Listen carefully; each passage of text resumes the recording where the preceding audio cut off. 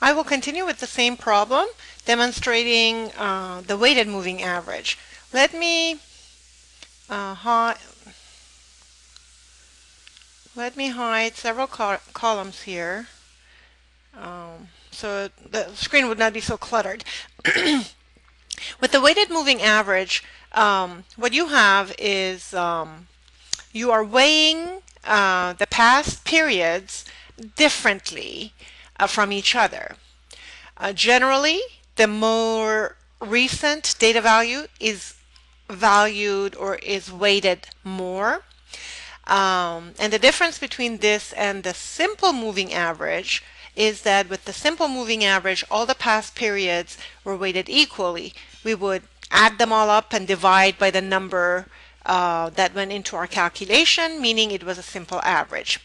Let's say here we want to do a 2-period weighted moving average, and we want to use the weights 0.7 for the more recent data value, which would be 90 in this case, and 0.3 for the older data value, which would be 120 in this case. So for the month of March, the 2-month weighted moving average would be, we would multiply the 100, I'm sorry, not the 100. We would multiply the 90 from February times 0.7, giving it a higher weight, and then we would add to it the 120 from January, but we would give it a less weight, a lower weight of 0.3. Notice that the 0.7 and the 0.3 add up to 1. So essentially it is a weighted average. If I were to perform this calculation and then divide by the sum of the weights, which is 1, I would get the answer that I get here by clicking enter. Now I can repeat that formula for all of these months, including November, and make a forecast for November, which is 96. So each of these calculations have taken 70% of the month prior and 30% of the month prior to that. So for example, for this 97, which is the April forecast, look at the formula here. We are multiplying B7, which is 100 units from March, and multiplying it by 70.7, and 30% of the weight, or 0.3, is multiplied by B6, which is February. So February and March go into making the forecast for April. And so it is a moving average, but we are weighing them differently than in the previous case where I showed you the simple moving average. You would do the same error analysis as you did before. So the error is the 100 minus the forecast. You can copy it down, and you can compute MAD, MSE, or mean absolute percent deviation, any of them. Here is the if I were to take absolute deviation, absolute value, then I could compute MAD, which is the average of all the absolute errors. And in this case, we get something very similar to the 2-period simple moving average that I showed you in the previous video.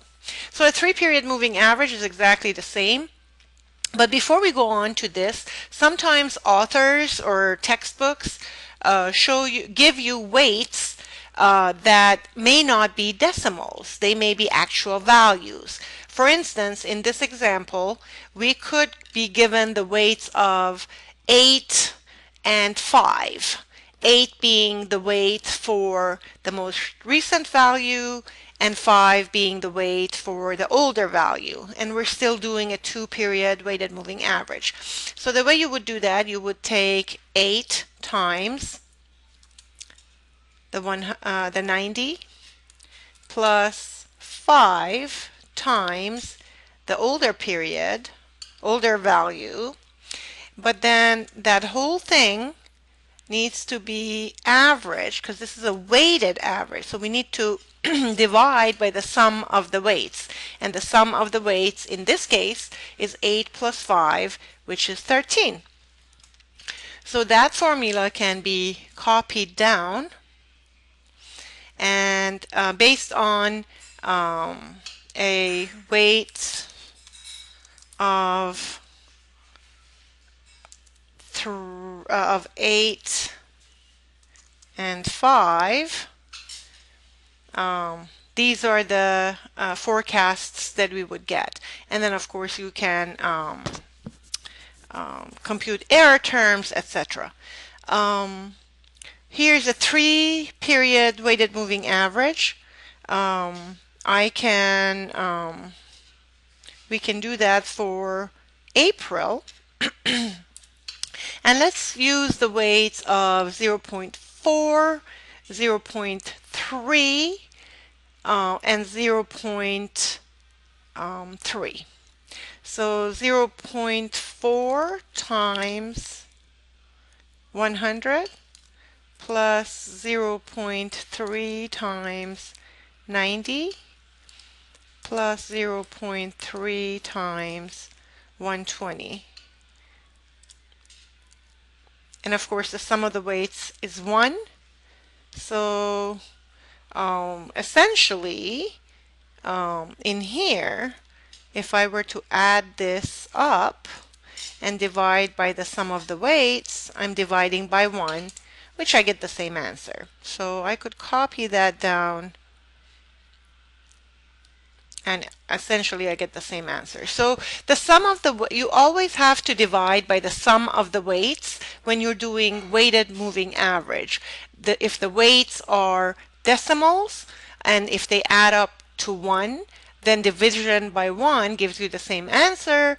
If you are working with weights which are integer, then you need to divide by the sum of those integer weights as you go through the computations. Okay, at this point I'm going to stop, and for the next video I will be demonstrating single or simple exponential smoothing, which is also a smoothing method or an averaging method. Thank you.